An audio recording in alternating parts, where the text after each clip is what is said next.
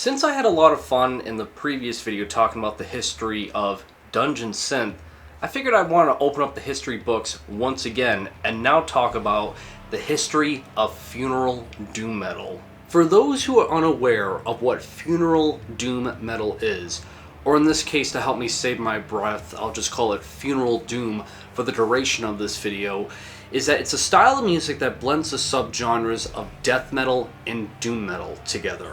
At face value with that description, that would be the characterization now of death doom. So what makes death doom and funeral doom different? To be blunt, with the description of these two subgenres, their characteristics mirror each other. It's just with funeral doom, all those attributes are tenfold. Typically what you'll notice within funeral doom is everything has been dramatically slowed down to this impenetrable, monotonous tempo. Guitar riffs are stretched out to a whole new level that have this snail-paced rhythmic sense to it, but also create this super ultra dense layer of ambience. The drumming in funeral doom is minimalistic at most. There is not much happening with it, so don't expect any snazzy drum fills or complexity with it. All they're really doing is carrying out the very monotonous tempo I talked about earlier. Really, its job is not to have your attention deviate away from the gloomy, depressive atmosphere that the style of music is known for. As for the vocals within funeral doom, it's the only aspect about it that really has the characteristics of death metal. But unlike every other subgenre you can think of that attaches itself with death metal, it's not that super aggressive in-your-face approach.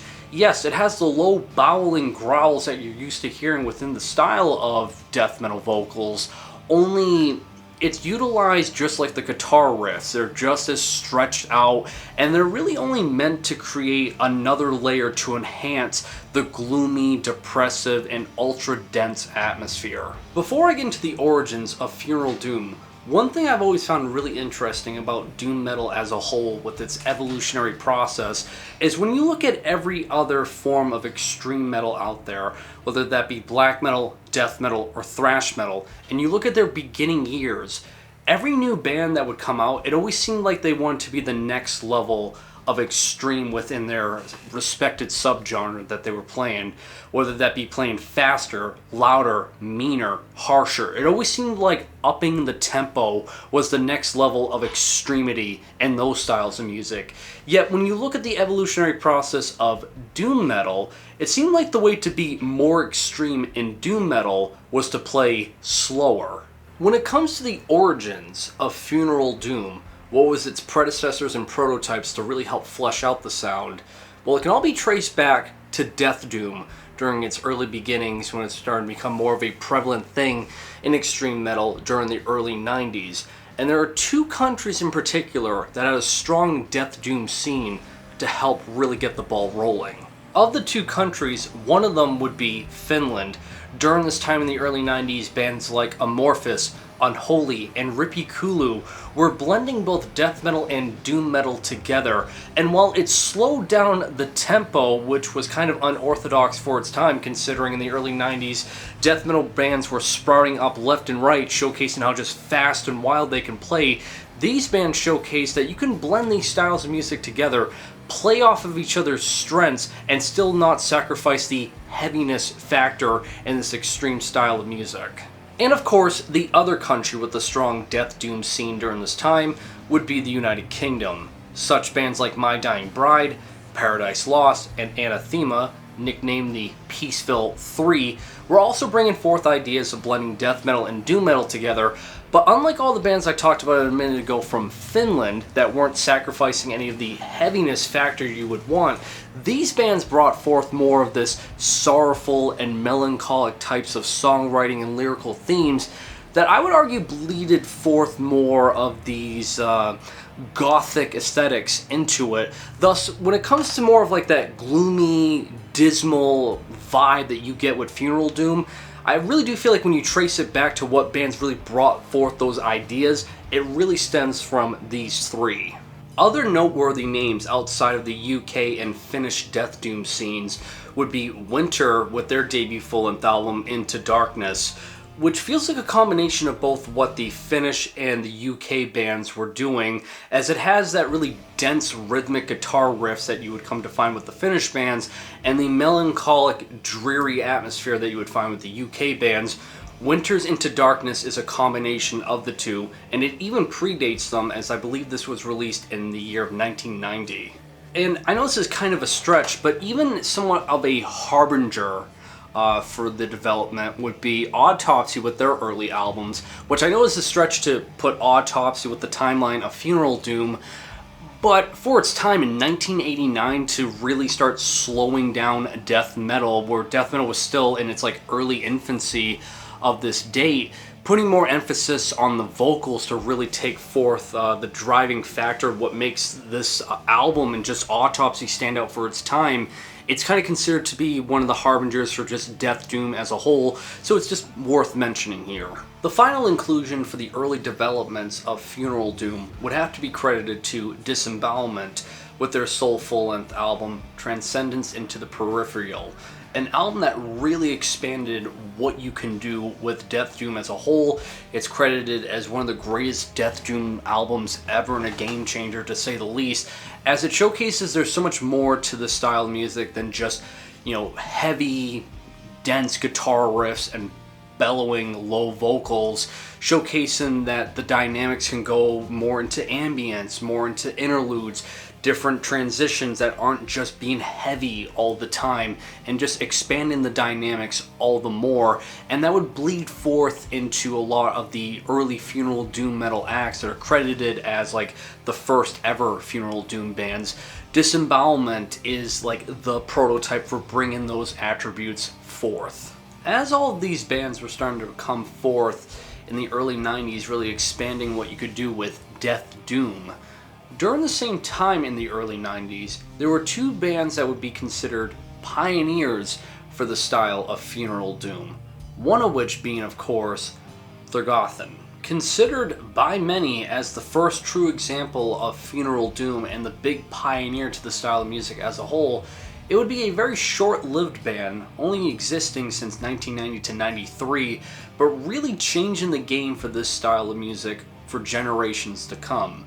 Because when you look at their debut demo, I believe it's titled Fentagan Nog Yogg-Sothoth, to a lot of people this is the first true embodiment of Funeral Doom, because while death doom was sprouting out during this time, this is a lot more dismal and dense, and the tracks are a lot slower, and you're noticing even on the production value sense, it feels all the more dismal.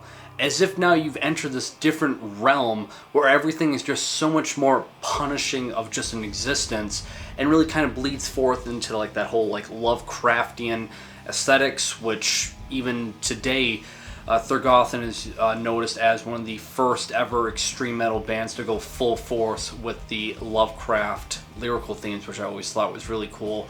But if you want the first true taste of Funeral Doom as it's archived, it really gets credited to Thergothon.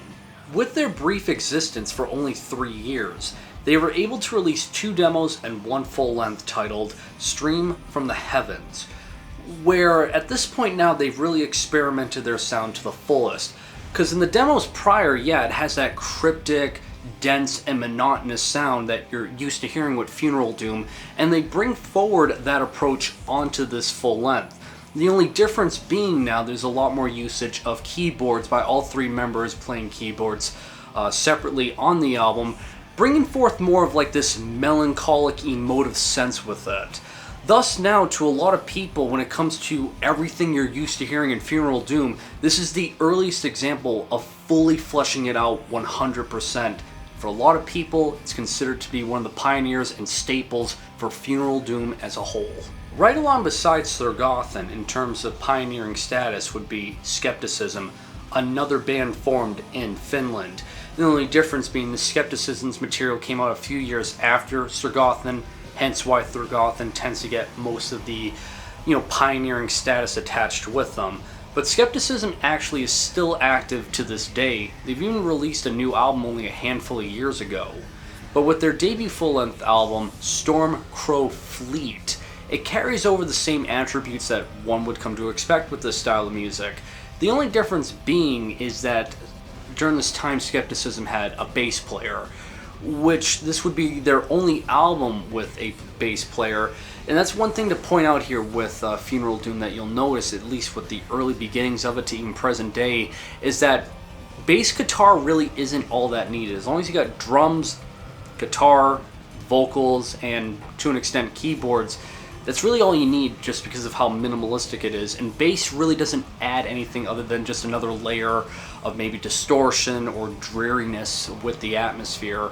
And Skepticism showcases that with all the albums after this. But yes, in terms of the pioneering status and the must-knows for the earliest examples of Funeral Doom, it's Thergothon and Skepticism are a must. During its humble beginnings, Funeral Doom really didn't have a face, it didn't have a genre tag, and it was really niche to say the least, considering this is from the early 90s in extreme metal. But it really didn't take that long for this style of music to be influenced elsewhere, because only a few short years later, in 1994, there would be a funeral doom metal band from the United States, that of course being Evoken. Originally, this band was formed in 1992 under the name Funerus, but after some lineup changes and a different direction with their musical approach, they changed it in 1994 to Evoken.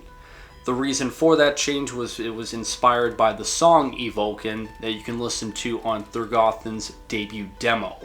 And while this isn't anything groundbreaking or reinventing the wheel for Funeral Doom, as it really just carries the approach from bands prior like Skepticism and Thergothon, what it's showcasing now is, even though Funeral Doom is not really having this face, it doesn't really have a scene, and it's only really found during this time in this niche little pocket of Finland, this approach in doom metal was starting to be adapted in other regions of the world, Evoken being one of the very first to do it in the United States.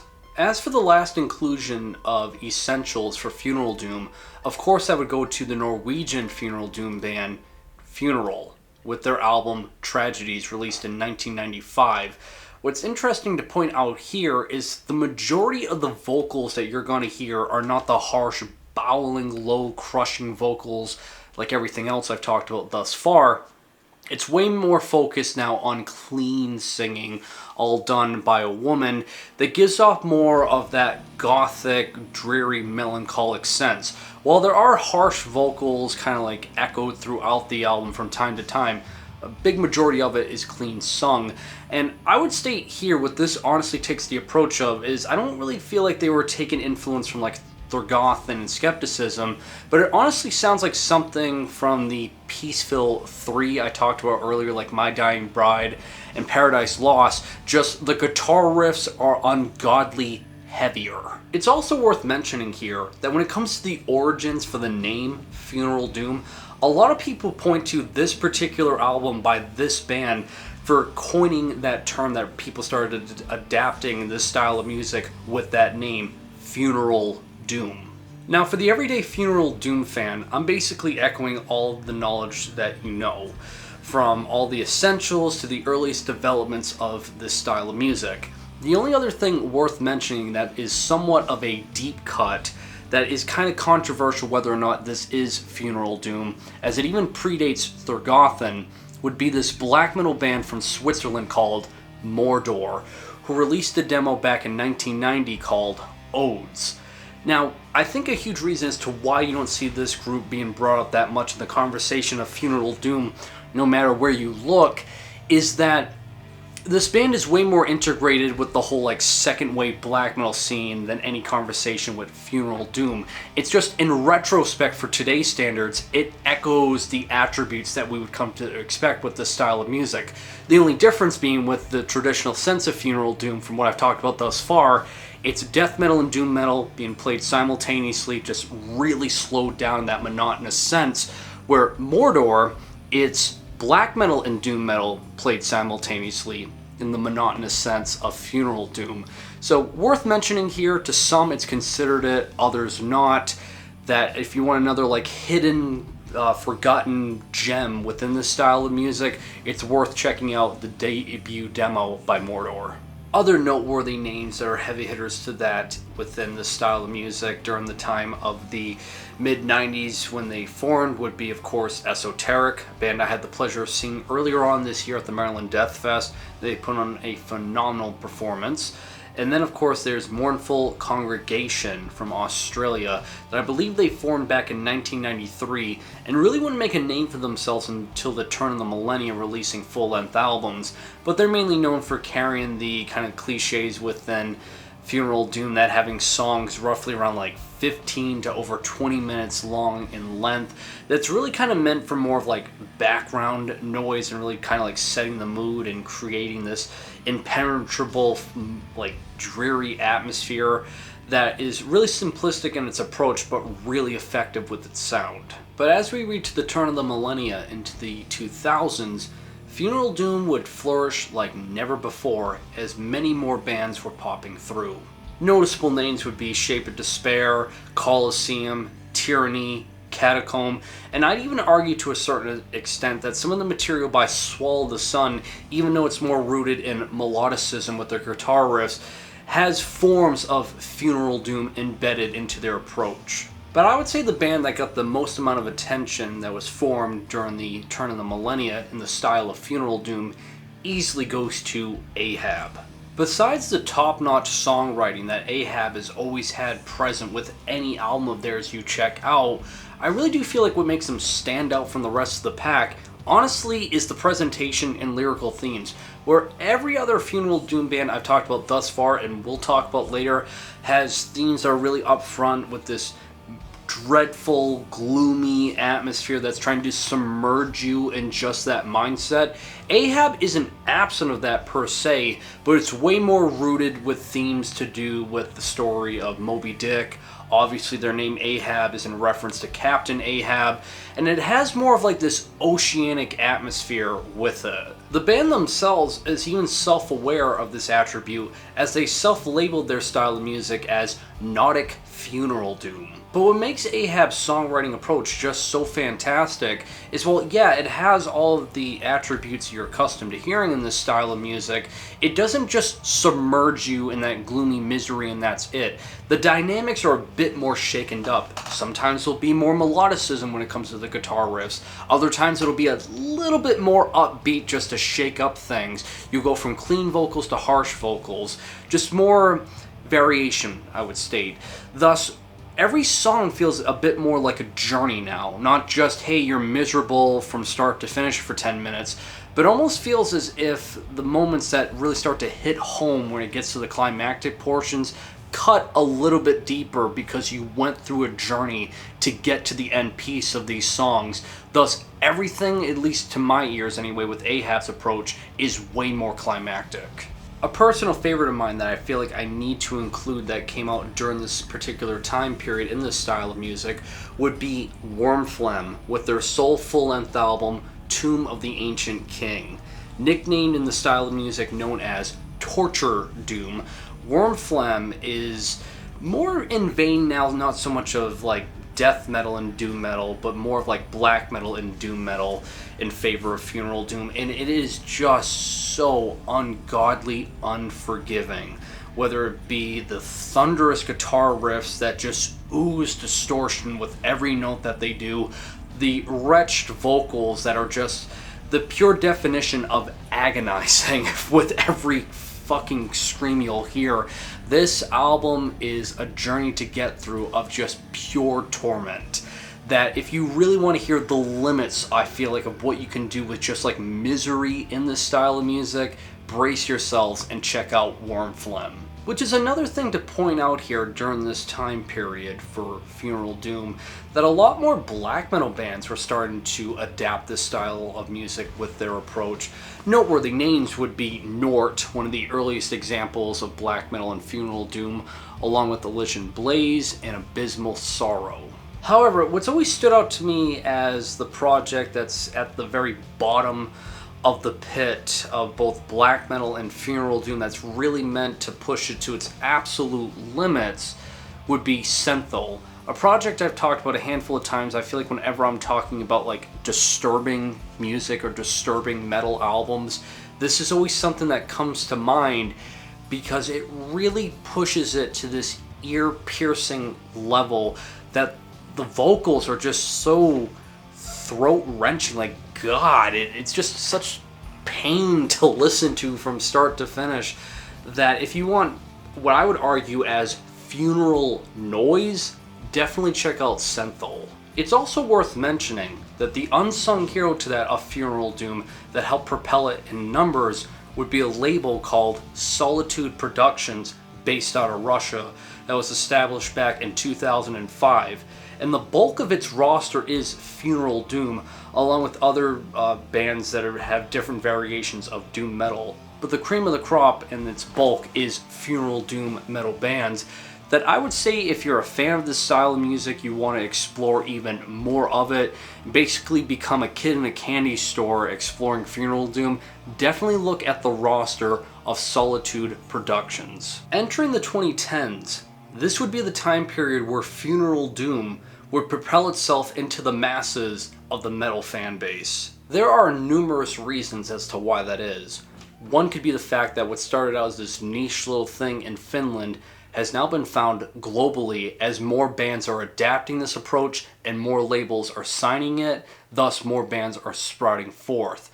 But I would say the biggest reason as to why Funeral Doom is now known in the masses of metal fans would come from this one band releasing this one album, that being Bell Witch with their 2017 full-length album, Mirror Reaper.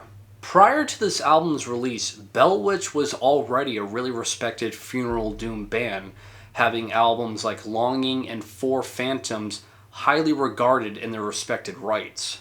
But what makes Mirror Reaper just hit so much different is the context around it, as a year prior in 2016, their drummer sadly passed away, and to commemorate his memory, they made an album all about the experience with Mirror Reaper. Now, it only contains 2 songs, one of which being, I believe, somewhere around 48 minutes long, and the second track being somewhere around 35 minutes long. Well over an hour's worth of material that is very straightforward. It's nothing complex. It's not really trying to deviate you away from what it's trying to portray. And it just embodies the feeling of sadness. It feels like you are attending somebody's funeral that just never seems to end, and really wants to make you know just this miserable and really heartbroken vibe from start to finish. Like, I remember when this album came out, everyone talked about it, and everyone talked about how much it just crushed them, both emotionally and mentally, with what it's trying to portray with. And when you add the context with the history of Bell Witch, yeah, it's quite a difficult album to listen to. Not because it's bad, it's very well written. It's just not really an album that you're going to listen to and think, I'm having a lot of entertainment with this album. That's not what you're going to get with it. And I feel like it's because of these really strong negative emotions it's portraying. It's a very powerful album and a very respected album. Not that it should take this horrific event for a band to make an album on, for people to take notice of a genre of music out of all things. But ever since then, I've just noticed, at least the people I surround myself with, people have taken more of a fascination and notice with the style of music known as funeral doom metal. And it's nice to see that Bell Witch to this day has continued on, as they even released a follow-up back in 2023, and they're planning on doing a conceptual piece with it with a second part later on. Overall, when it comes to funeral doom metal, it's a style of extreme music that barely classifies, in my personal view, as entertainment. Not that I'm stating that it's good or bad, but it evokes the purest sense of misery in every single which way possible. It's not going to hold back any punches. It's not going to throw you for a loop. It's not going to experiment in some like avant-garde weird way. Full force meant to just embrace the gloomy, dreadful atmosphere of misery, sadness, melancholy, and any of those emotions, no matter what. That's really what it tries to embark. And I think that is to why people find fascination with it, just how consistent it is. And it's still a pretty young genre when you compare it to all of the, micro genres and niche little things you can find in extreme metal. Funeral Doom is still technically kind of young, and it's good to see that it's already gained so much of a following, just really doing almost, in a sense, the same exact thing with just different variations of misery. I would state for people who really want extreme emotions and the most dreadful sense, this is a style of music made for you. And that'll do it for this video, guys. Like always, links provided to everything I talked about will be in the description below. Really curious to know what you think of funeral doom metal and its history. And yeah, that's that. So like always, guys, make sure you guys drink plenty of water to stay hydrated, and have a great day.